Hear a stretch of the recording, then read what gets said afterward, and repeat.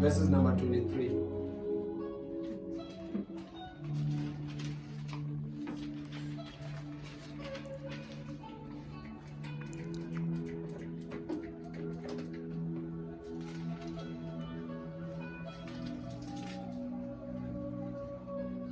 Oh Jesus.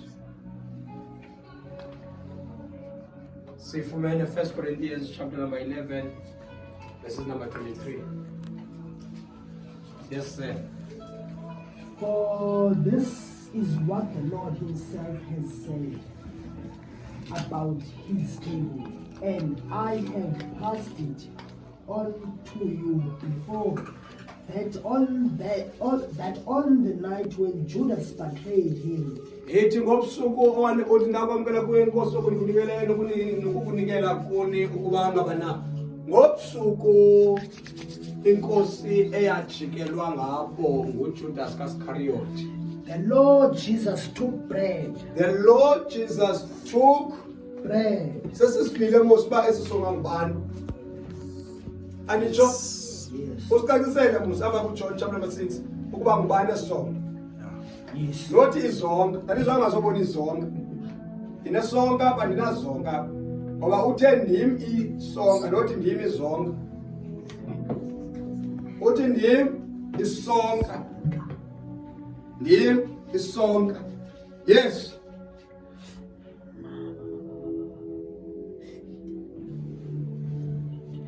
The Lord Jesus took, that on the night when Judas betrayed him, the Yes. Lord Jesus took bread, The Lord Jesus took bread and when he had given thanks to God for it, when he had given thanks unto God for it. he broke it. He broke it.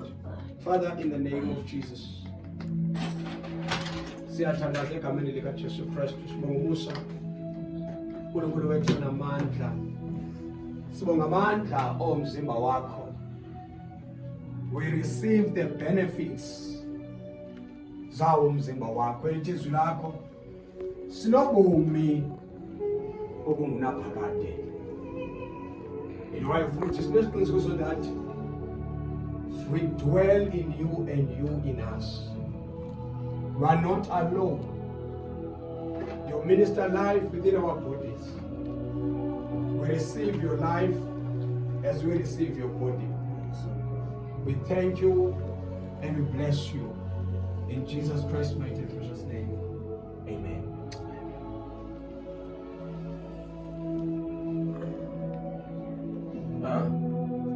That's no question. Amen.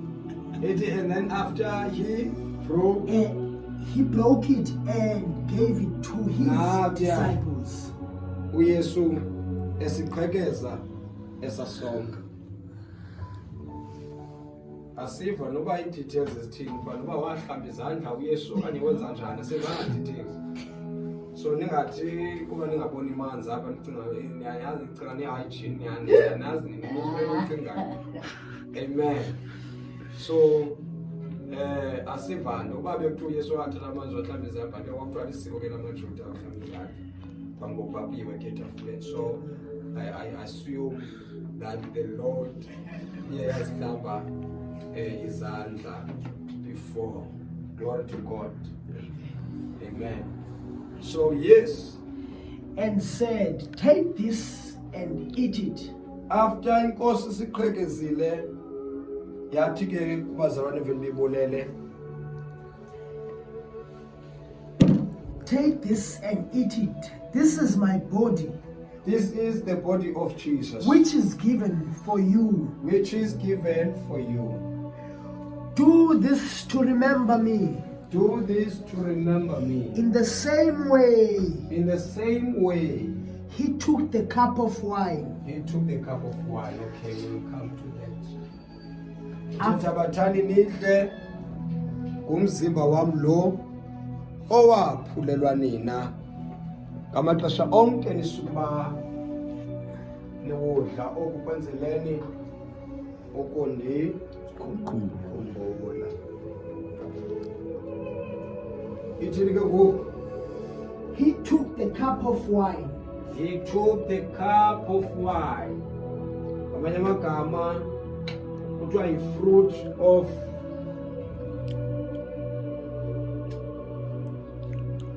umdiliya ne sisiqhamo somdiliya. Wathabatha nayo yintoni?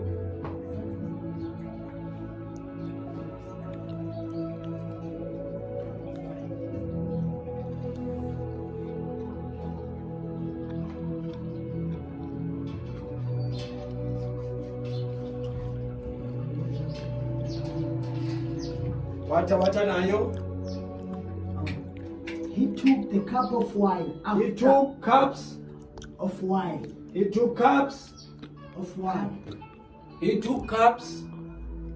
A cup of wine. A cup, one.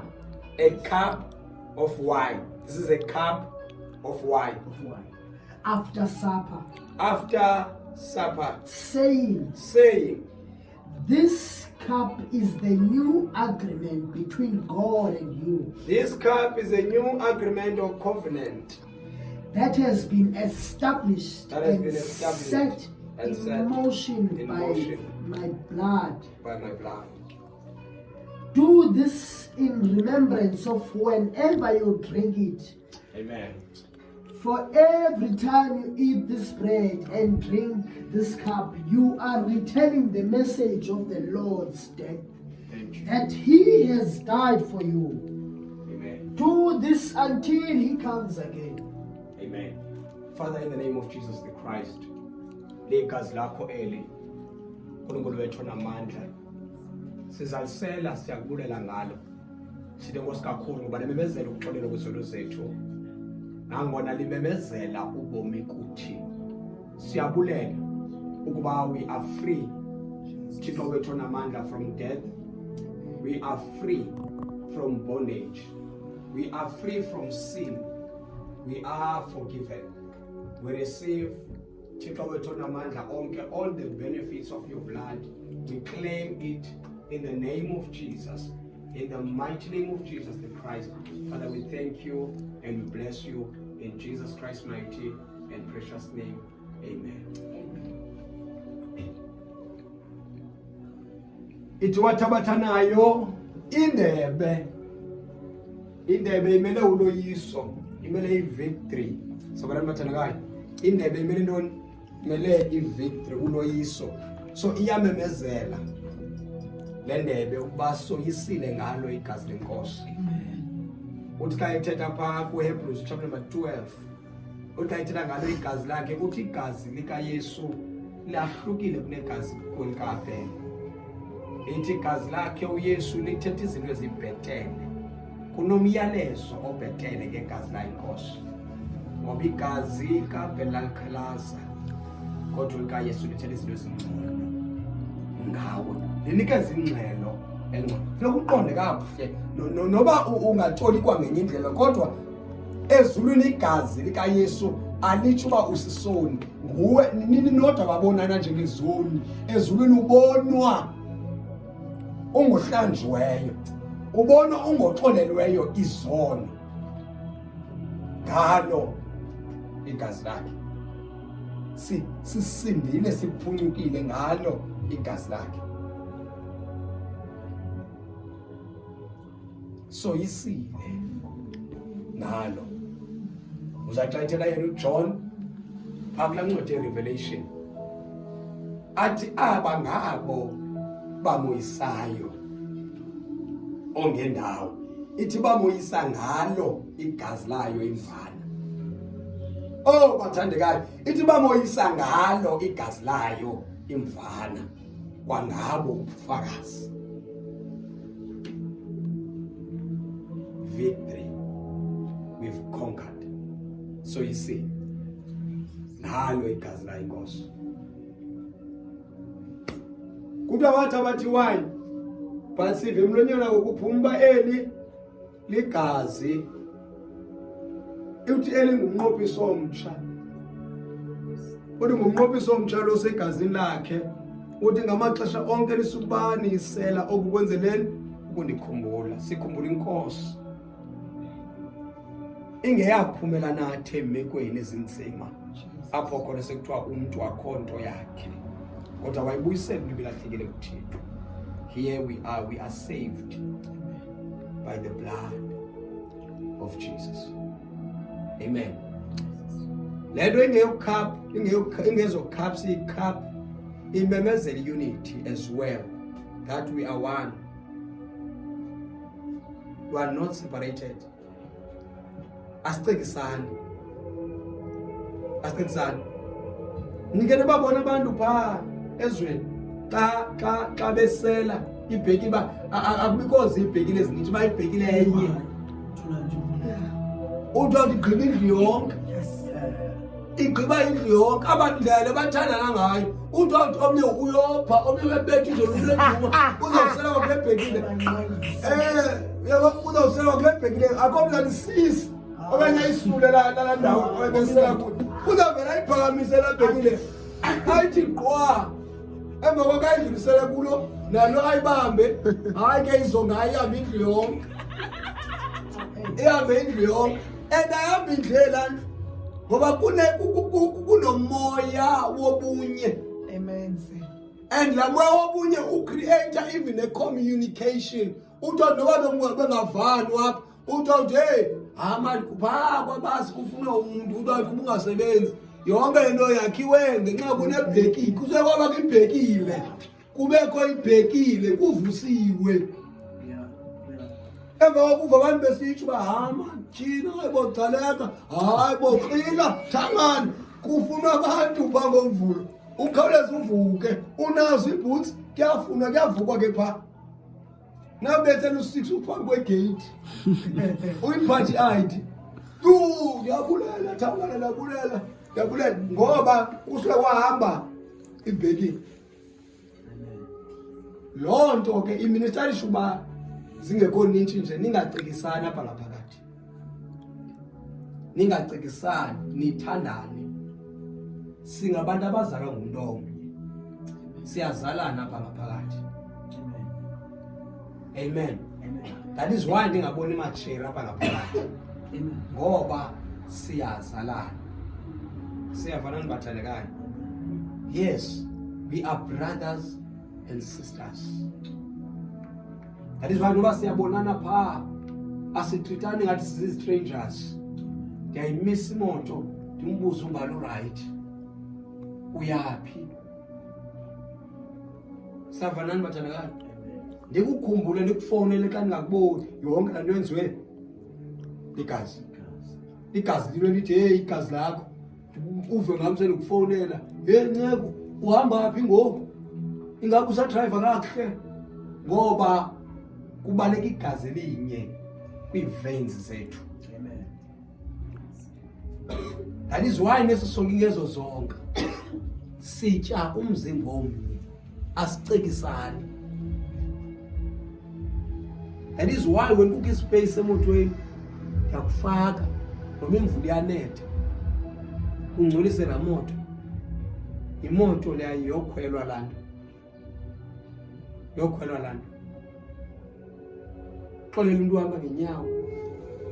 Bakaloku kunalo umsoloko ufika interview bakwacelisa.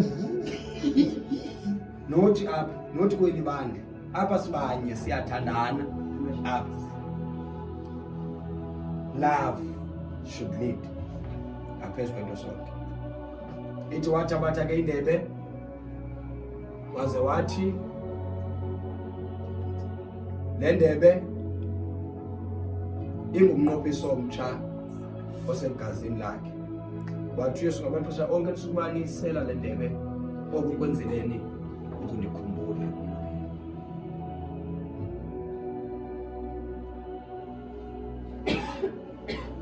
Wathi le ndebe ingumnqophiso omtsha osegazini lakhe. Wathi ngamaxesha onke nisukubanisela oku kwenzeleni ukundikhumbula. Wathi le ndebe ingumnqophiso omtsha osegazini lakhe. Wathi ngamaxesha onke nisukubanisela oku kwenzeleni ukundikhumbula. Le ndebe ingumnqophiso omtsha osegazini kaYesu. Ngamaxesha onke niyisela le ndebe okukwenzele nokundikhumbula.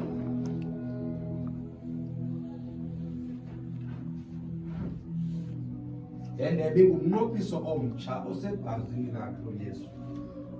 Ngamaxesha bonke esukuba nisela oku kwenzele nokundikhumbula. Kuthina kanje nkazi. Uthi le ndebe ingumnqophiso omtsha osegazini lakhe uYesu. Ngamaxesha onke enisukuba ke nisela oku kwenzeleni ukundikhumbula. Le ndebe ingumnqophiso omtsha osegazini lakhe uYesu. Ngamaxesha onke ke nisukuba nisela oku kwenzeleni ukundikhumbula. Hallelujah.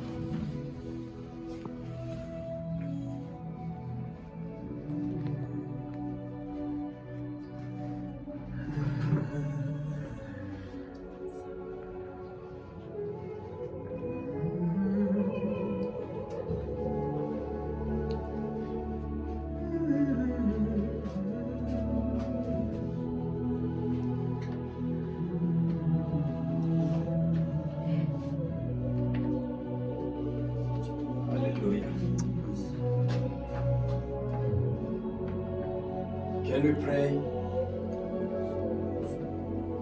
and declare life? Declare victory. Give thanks unto the body and unto the blood of Jesus. Come on, somebody pray. You have a reason to pray in the name of Jesus.